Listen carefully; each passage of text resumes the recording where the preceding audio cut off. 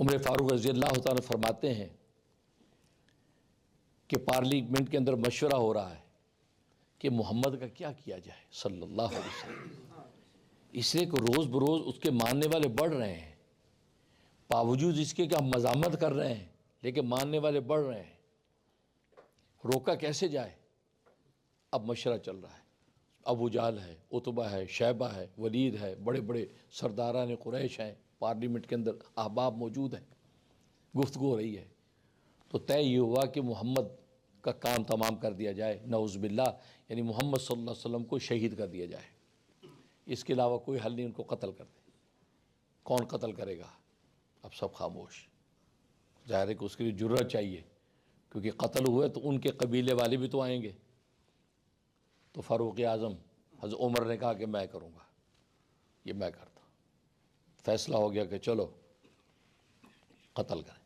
اب وہ نکلے، تلوار لی اور ننگی تلوار لے کر، غصے اور جوش میں ننگی تلوار لے کے چل پڑے، تو راستے میں ایک شخص ملا، قبیلہ مخزوم کا تھا، جو مسلمان ہو چکا تھا، اور ایک روایت میں آتا ہے سعد ابن ابی وقاص تھے۔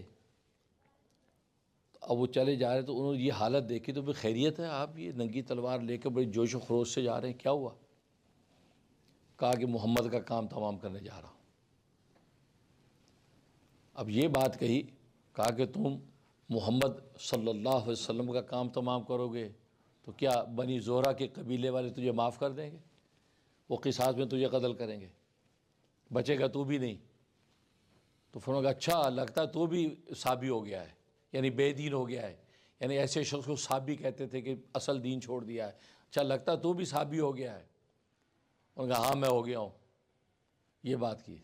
تو تلوار کہتے چلو ان کا کام بعد میں تمام کر، پہلے تیرا کرتا ہوں۔ تلوار کھینچی اس پر، انہوں نے بھی تلوار نکال لی۔ قریب تھا کہ آپس میں ایک دوسرے سے مڑ بھیڑ ہوتی، تو سعد بن ابی وقاص نے فرمایا کہ بات سنو، میری خبر تو بعد میں لینا، پہلے اپنے گھر کی فکر کرو۔ کہتے کیا ہوا میرے گھر کو؟ کہا کہ تمہاری بہن اور بہنوں تو مسلمان ہو چکے ہیں۔ اچھا، بس وہیں سے پلٹے، بہن کے گھر دروازہ بجائے۔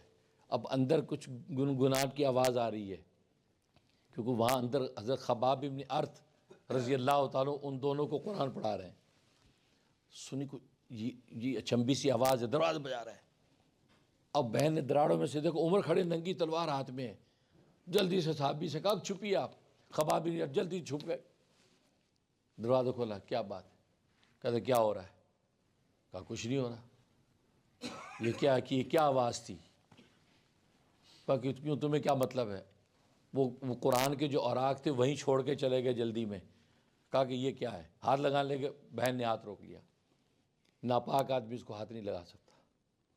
لا یمسہ الا المطہرون، یہ پاک کلام ہے، اس پاک کلام کو پاک ہی ہاتھ لگا سکتے ہیں، پاکوں کی اس کی توفیق ہوتی ہے، تو ناپاک ہاتھ نہیں لگا سکتا۔ کہا کہ تو غسل کریں اس کے بعد ہاتھ لگائیں، ایسے نہیں ہوگا۔ کہا کہ لیکن میں نے سنا تم لوگ مسلمان ہو گئے ہو۔ تو بہنوں یہ آگے بڑھے، تو بھائی سچا دین اگر قبول کر لیں تو اس میں حرج کیا ہے؟ بس اچھا، اب تمہیں وہ سچا نظر آنے لگا، یہ کہا اور مارنا شروع کر دیا۔ اتنا مارا، بہنوں لہو لہان ہو گئے۔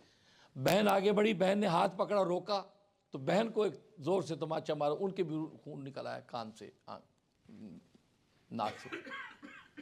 بہن بھی پھر عمر کی بہن تھی، وہ بھی کھڑی ہوگی، آج آپ ہمارے جسموں کے ٹکڑے کر دیں لیکن ہم محمد کا ساتھ چھوڑنے والے نہیں ہیں۔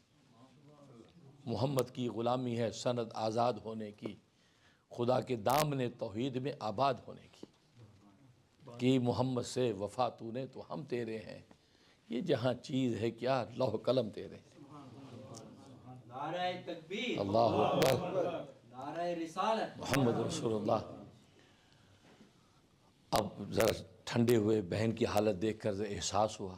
کہا کہ اچھا بتاؤ، مجھے بتاؤ یہ اوراق میں کیا ہے؟ کہا کہ نہیں، غسل کریں آپ پہلے پھر آپ بتائیں۔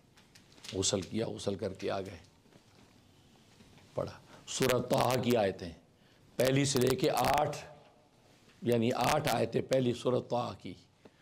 طٰہٰ ما انزلنا علیک القرآن لتشقیٰ، اے طٰہٰ یہ طٰہٰ جو ہے نا، یہ لاڈ کا نام ہے۔ اللہ نے نبی کو لاڈ سے اور پیار سے پکارا ہے طٰہٰ کے سے، اس کا معنی کوئی پتہ نہیں ہے۔ یہ اللہ اور اللہ کے محبوب کے درمیان ایک لاڈ اور پیار کا عنوان ہے طٰہٰ۔ اور یہ طٰہٰ بہت، حضور کو بھی یہ طٰہٰ نام بہت پسند تھا، بہت پسند تھا۔ بعض اولیاء کاملین نے خواب دیکھا تو خواب میں دیکھا کہ خلفائے راشدین نبی کے پاس بیٹھے یہ صلاۃ سلام پڑھ رہے ہیں، صلی اللہ علیہ طٰہٰ، صلی اللہ علیہ طٰہٰ و بارک وسلم، صلی اللہ علیہ طٰہٰ و بارک وسلم، یہ صلاۃ سلام پڑھ رہے ہیں۔ اور نبی نے فرمایا، اس نیک بندے کو فرمایا تم بھی 500 دفعہ یہ صلاۃ سلام پڑھا کرو، طٰہٰ، صلی اللہ علیہ طٰہٰ۔ تو طٰہٰ یہ لاڑ کا پیار ہے۔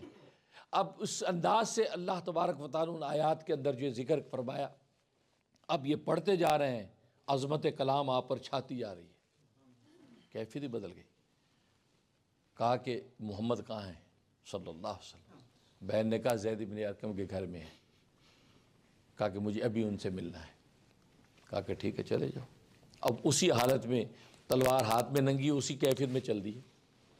ظاہر ہے کہ جب غلبہ یہ عظمت الہی کا ہو جائے تو پھر تو احوال کی خبر کہاں رہتی ہے، احوال کی خبر کہاں رہتی ہے۔ عشق الہی ہو یا حیبت الہی ہو، تبھی تو حاجی کی جو حالت ہوتی کیا ہوتی ہے، دو انسلی چادریں وہ بھی سطر ڈھانپنے کو، ورنہ نہ ہوش ہے خوشبو کی، نہ ہوش ہے کھانے کی، نہ سر کے تاجوں اور ٹوپیوں کی، ننگے پاؤں دوڑا چلا جا رہا ہے۔ اور یہی اللہ کو پسند ہے کہ پتہ چلے کہ واقعی سچا عاشق ہے۔